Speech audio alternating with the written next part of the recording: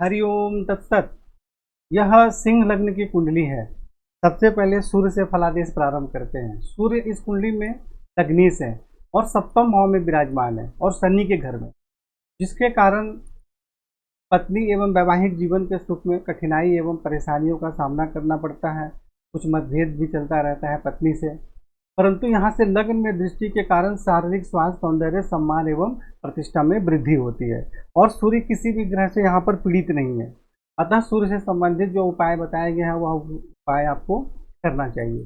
चंद्रमा इस कुंडली में द्वादश भाव खर्च के स्वामी है और अष्टम भाव में आयु के भाव में विराजमान है, परंतु चंद्रमा पर केतु की दृष्टि है। देखिए, तो जिसके कारण अष्टम भाव में क्या हुए, चंद्रमा पीड़ित हो गए और चंद्रमा खर्च के स्वामी है, तो जिसके कारण स्वास्थ्य एवं आयु के संबंध में कुछ परेशानी होती है, मानसिक परेशानी भी बनी रहती है और ऐसे व्यक्ति को एलर्जी से संबंधित भी बीमारी होने की संभावना रहती है और फिजूल खर्च के कारण भी परेशानियों का सामना करना पड़ता है।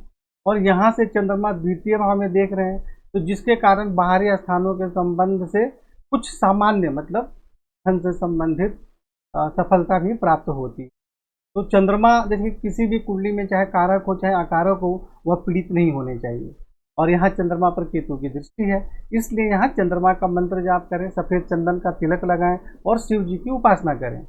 और एक बात, जैसे चलित कुंडली में चंद्रमा यहाँ आ जा रहे हैं, देखिए जैसे लग्न कुंडली में तो चंद्रमा यहाँ है, चलित कुंडली में यहाँ आ गए।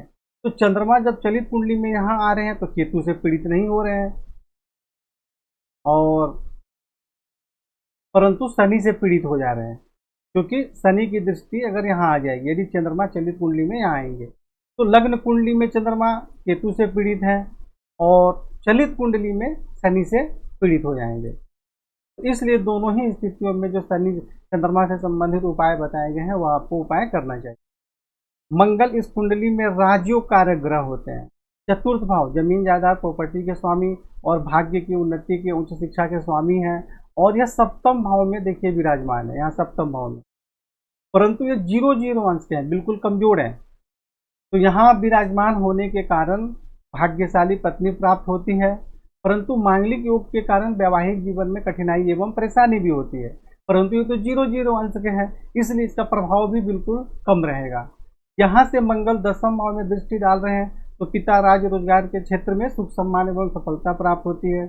लग्न में दृष्टि के कारण शारीरिक स्वास्थ्य, सौंदर्य, सम्मान एवं प्रतिष्ठा में वृद्धि होती है। द्वितीय भाव में दृष्टि के कारण धन एवं कुटुंब का सुख प्राप्त होता है।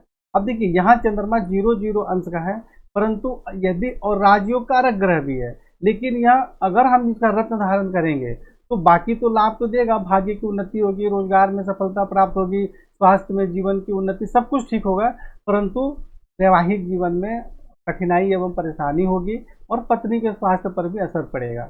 इसलिए यहाँ पर मंगल का रत्न न धारण कर तांबे का छल्ला धारण करें और मंगल का मंत्र जाप करें और जो कुछ उपाय बताए गए हैं वह उपाय करें। क्योंकि देखिए हमें प्रबल करने से पहले यह भी सोचना पड़ता है कि क्या क्या लाभ दे रहे हैं और क्या क्या हानि कर रहे हैं। बुध जो है इस कुंडली में आय भाव के स्वामी है, आमदनी के स्वामी है और धन के संग्रह के स्वामी है और सप्तम भाव में विराजमान है, तो जिसके कारण पत्नी एवं वैवाहिक जीवन का सुख प्राप्त होता है, दैनिक रोजगार में सफलता प्राप्त होती है, आमदनी बहुत अच्छी होती है, पत्नी के माध्यम से भी आमदनी के योग बनते हैं, धन एवं कुटुंब का सुख प्राप्त होता है, धन का संग्रह होता है। लग्न में दृष्टि के कारण शारीरिक स्वास्थ्य, सौंदर्य में भी वृद्धि होती है, परंतु बुध यहाँ 29 अंश के हैं, परंतु बुध अच्छा ही अच्छा लाभ दे रहे हैं, किसी प्रकार की कोई परेशानी नहीं कर रहे हैं, इसलिए आप बुध को प्रबल कर सकते हैं, इससे संबंधित आपको लाभ प्राप्त होगा। गुरु जो है इस कुंडली में पंचम भाव के स्वामी है और आयु भाव के स्वामी है, अष्टम भाव के स्वामी है और चतुर्थ भाव में विराजमान है, परंतु यहाँ देखिए गुरु पर राहु की दृष्टि भी है, यानी कि गुरु राहु से पीड़ित हो रहे हैं, जिसे चंडाल योग भी कई लोग कहते हैं। तो यहाँ पर पहले हम गुरु का फलादेश बताते हैं। तो गुरु यहाँ विराजमान है तो क्या होगा, माता भूमि भवन वाहन का श्रेष्ठ सुख प्राप्त होगा। आयु में यहाँ से अगर अष्टम भाव में खुद के घर में दृष्टि डाल रहे हैं तो आयु में वृद्धि होगी।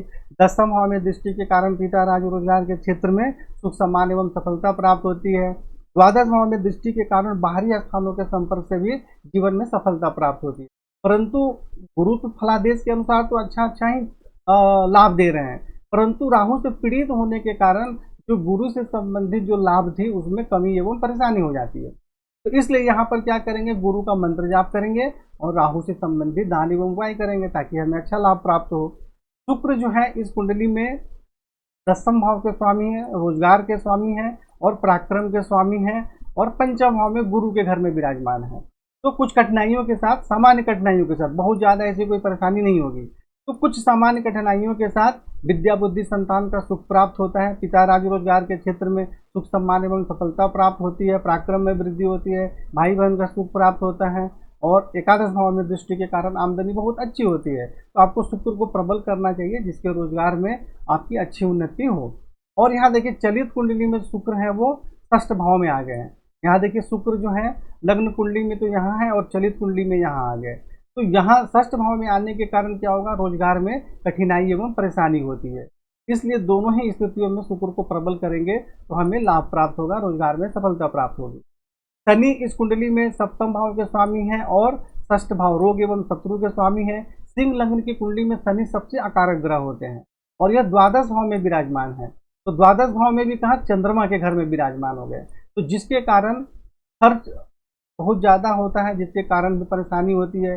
बाहरी स्थानों के संपर्क से भी परेशानियों का सामना करना पड़ता है। परंतु यहाँ से जब द्वितीय भाव में दृष्टि डालेंगे तो धन एवं कुटुंब का सुख प्राप्त होता है। और यहाँ से स्वयं के घर में जब षष्ठ भाव में दृष्टि डालेंगे तो शत्रु पक्ष पर प्रभाव रहता है, उस पर विजय प्राप्त होती है, नौकरी में भी सफलता प्राप्त होती है। और यहाँ से नौवें भाव में दृष्टि डालेंगे तो भाग्य की उन्नति में कठिनाइयों का सामना करना पड़ता है। तो यहाँ शनि से संबंधित आपको दान एवं उपाय करना है। इसका रत्न बिल्कुल भी नहीं धारण करना है, मंत्र जाप करने की भी आवश्यकता नहीं है, सिर्फ दान एवं उपाय करना है। देखिए राहु यहाँ 10वें भाव में विराजमान है, तो जिसके कारण कुछ कठिनाइयों के साथ पिता राज रोजगार के क्षेत्र में सुख सम्मान एवं सफलता प्राप्त होती है। द्वितीय भाव में दृष्टि के कारण धन एवं कुटुंब का बहुत अच्छा सुख प्राप्त होता है, धन का संग्रह होता है। परंतु जब राहु चतुर्थ भाव में देख रहे हैं गुरु के ऊपर, तब माता, भूमि, भवन, विद्या, बुद्धि, संतान के क्षेत्र में कठिनाई एवं परेशानी हो जाती है। और यहाँ से राहु जब षष्ठ भाव में दृष्टि डालेंगे तो शत्रु पक्ष पर विजय प्राप्त होता है, प्रभाव रहता है, परंतु पेट में कुछ परेशानी भी होने की संभावना रहती है। तो राहु से संबंधित आपको दान एवं उपाय करना है। बिल्कुल मजबूत स्थिति में राहु है, इनका आपको मंत्र जाप और रत्न धारण करने की आवश्यकता नहीं है। केतु यहाँ पे चतुर्थ भाव में मंगल के घर में विराजमान है, जिसके कारण माता, भूमि, भवन के सुख में कठिनाई एवं परेशानी होती है। मातृभूमि का वियोग सहना पड़ता है, यानी जन्म स्थान से दूर भी जाना पड़ सकता है। और यहाँ से केतु जब चंद्रमा पर दृष्टि डालेंगे अष्टम भाव में, तो स्वास्थ्य, आयु के संबंध में परेशानी होती है, मानसिक परेशानी भी बनी रहती है। और जैसा कि मैंने पहले भी बताया था, एलर्जी से संबंधित भी परेशानी होने की संभावना रहती है। और यहाँ से जब 10वें भाव में दृष्टि डालेंगे तो कुछ कठिनाइयों के साथ रोजगार में सफलता प्राप्त होती है। परंतु जब द्वादश भाव में शनि पर दृष्टि डालेंगे तो शनि को कि पत्नी के स्वामी, पत्नी भाव के स्वामी भी है, तो पत्नी एवं वैवाहिक जीवन के सुख में कठिनाई एवं परेशानी भी होगी और अत्यधिक एवं फिजूल खर्च के कारण भी कठिनाइयों का सामना करना पड़ेगा और पैर के सबसे निचले भाग में चोट इत्यादि भी लगने की संभावना रहती है।